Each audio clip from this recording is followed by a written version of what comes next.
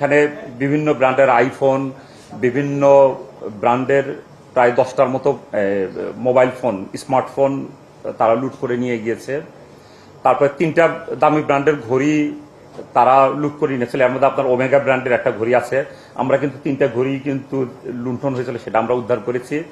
আর টাকা পয়সার আমরা যেটা শুনেছি যে 7 লক্ষ টাকার মতো তারা ক্যাশ ছিল, সেটা নিয়ে গিয়েছে। সেখান থেকে কিছু মাত্র আমরা উদ্ধার করেছি। আমরা আশা করি যে বাকি যেই মালামাল আছে যেটা উদ্ধার হয়নি আমরা উদ্ধার করতে সক্ষম হব। এখানে অন্য কোনো বিষয় এখানে আছে কিনা, মূলত আমরা যাদেরকে গ্রেপ্তার করেছি তাদেরকে আমরা জিজ্ঞাসাবাদ করেছি। মূলত তারা বলে যে তারা আসলে অভাবের তাড়না থেকেই আসলে এই ঘটনাটা ঘটিয়েছে। এর পিছনে অন্য কোনো উদ্দেশ্য এখন পর্যন্ত আমরা সেটা সংশ্লেষ পাইনি। তবে আমাদের কোয়েরি অব্যাহত থাকবে। মানে যারা সিকিউরিটি গার্ড হিসেবে যারা আছে এদের কোনো প্রকার সংশ্লেষ আছে কিনা, তাছাড়া যখন ঘটনা ঘটে তার আগে একজন কর্মচারী বাইরে গিয়েছিল, তারপর আবার ভিতরে আসে, এই বিষয়গুলো ছিল প্রাথমিক সন্দেহের তালিকায় ছিল।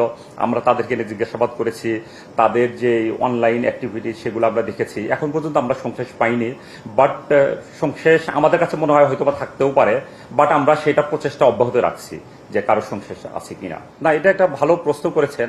এটা আসলে তদন্ত মামলা হয়েছে, এটা তো আসলে এটার তদন্ত হবে, এগুলো আসলে ডিপ অ্যানালাইসিস গভীরভাবে যখন ইনভেস্টিগেশন হবে তখন এই বিষয়গুলো বের হয়ে আসবে।